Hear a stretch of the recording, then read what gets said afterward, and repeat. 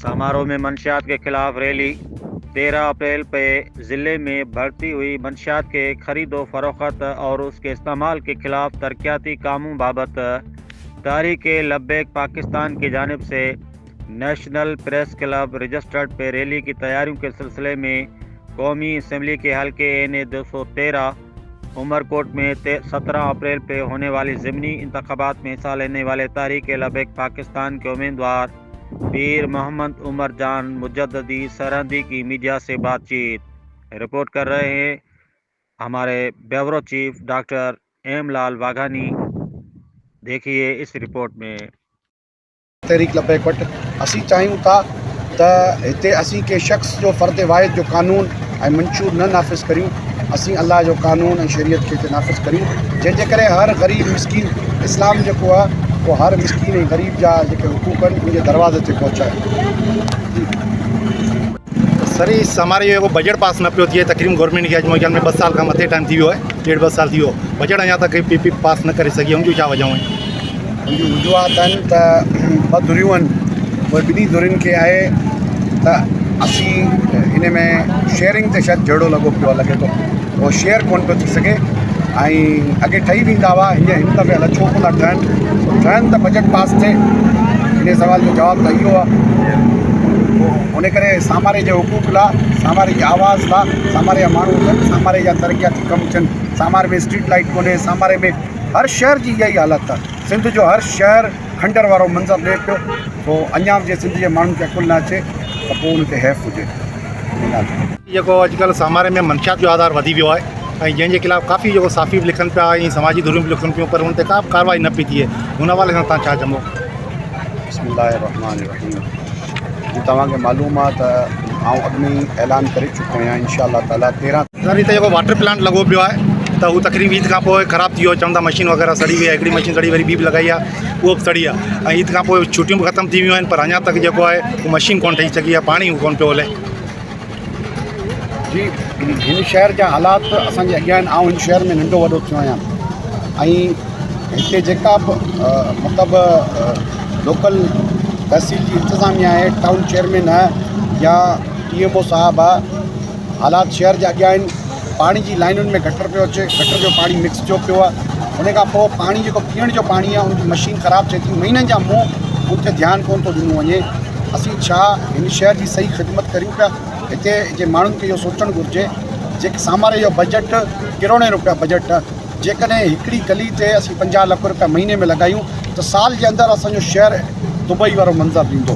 हिन शहर में हितां जा टाउन जा मुलाज़िम जेके आहिनि दादू में वेठा आहिनि, उहे पघार हितां सामारे मां पिया खणनि। एॾी वॾो ज़ुल्म ऐं ज़्यादती आहे, पर सॼो शहर जेको आहे उहो ख़ामोश आहे। हू पंजाबी में शेर आहे त निकी चादर तान के सो गए, मालिक चोर पिछाण के सो गए, लुटण वालिया रज के लुटिया।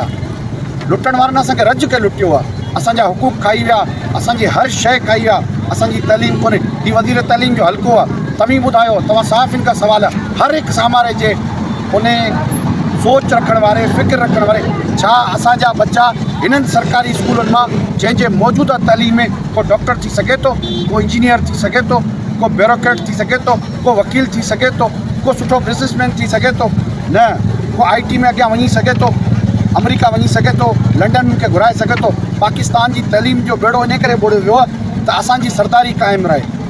पर इंशाअल्लाह तहरीक लब्बैक हिन जो इहो ख़्वाबु शर्मिंदा ताबीर थियणु कोन ईंदी। इंशाअल्लाह हुज़ूर जो निज़ाम ईंदो। रसूल सल्लल्लाहु अलैहि वसल्लम फरमायो आहे इल्मु हासिलु करियो चाहे तव्हांखे चीन वञिणो पवे। असीं इंशाअल्लाह ऐं हुज़ूर फरमायो हर मर्द ते पींगे खां वठी क़बर ताईं इल्मु हासिलु करणु फ़र्ज़ु आहे। तो इंशाअल्लाह तहरीक लब्बैक इन इल्म वारे प्लान के ऐं ॿियो मुख़्तलिफ़ मसाइल आहिनि शहर जा, शहरी मसाइल ते असीं इंशाअल्लाह ताला कोशिशि कंदासीं। आउं तव्हांजो नुमाइंदो आहियां, तव्हांजे पाड़े जो आहियां। इंशाअल्लाह ताला जेकॾहिं मूंखे अलाह तबारक ताला मौक़ो ॾिनो, आउं सामारे जे, कुंडरी जे, पिथोरे जे, शादीपली जे, नबीसर टाली, उमरकोट, छोर ऐं जेके बि नंढा वॾा शहर आहिनि ऐं पिथोरो, इन्हनि सभिनी शहरनि जे जेके मसाइल आहिनि मूंखे मालूम आहिनि, इंशाअल्लाह उनखे हल करण जी कोशिशि कंदुसि। तव्हांजी आवाज़ असेंबली में आउं बनबसि इंशाअल्लाह। महिरबानी। सर इहो थोरो कैनाल जे हवाले सां कुझु ॻाल्हाईंदो त भई जेको दरख़्वास्त नी चवनि था कैंसिल थी वई आहे, हाणे ठहनि पिया या न पिया ठहनि? कैनालनि जी मंज़ूरी तव्हां उज़मा बुखारी जी स्टेटमेंट ॾिठी आहे। वज़ीर अज़म गिलानी ख़ुदि पीपल्स पार्टी जो हो, साबिक़ वज़ीर अज़म यूसुफ रज़ा गिलानी, उन जी स्टेटमेंट तव्हां ॾिठी आहे। किनारनि जे ख़िलाफ़ु एहतजाज करणु ईअं हाणे हिकिड़ो माण्हू पुलिस वटि वञे, उन जी दरख़्वास्त ॾिए ऐं पुलिस वारो चवे त भई आउं उन चोर जे ख़िलाफ़ु रोड ते अची एहतजाज करनि। साइन हिननि पाण कई आहे ऐं सिग्नेचर करे सभु कुझु मंज़ूरियूं ॾेई हाणे पाण ई मशल बरदार जुलूस कढनि पिया, जंहिं ते अफ़सोस करणु घुरिजे। इहा बाहि सिंध में हुननि पाण लॻाई आहे। वरी बि असांखे सुठो स्लोगन कोन ॾिनो, वरी बाहि सां हुननि एहतजाज कयो। पोइ एहतजाज हू कंहिंजे ख़िलाफ़ु था कनि?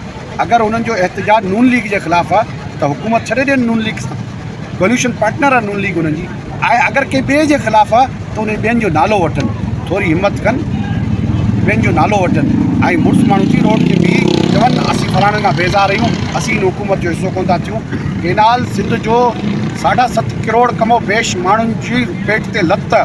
असीं 11 तारीख़ ते सॼी सिंध में तहरीक लबैक केनाल जे ख़िलाफ़ु एहतजाज कंदी ऐं 13 तारीख़ ते असीं इंशाअल्लाह उमरकोट में सामारे में केनाल जे ख़िलाफ़ु एहतजाज पूरा नमूने हिकिड़ो एहतजाज कंदासीं। पर इंशाअल्लाह उन में असांजी क़ौम, मुल्क वारा माण्हू, सिंध वारा माण्हू असांजो साथ ॾींदा, हिन एहतजाज खे कामयाबु कराईंदा। इंशाअल्लाह हीअ तहरीक हलंदी, सिंध हमेशह आबाद रहंदी, मेराण जूं मौजूं बरक़रार रहंदियूं। हुज़ूर जो निज़ाम आयो त इंशाअल्लाह ताला सॼे मुल्क में बहारूं ऐं बरकतूं ईंदियूं। लबैक।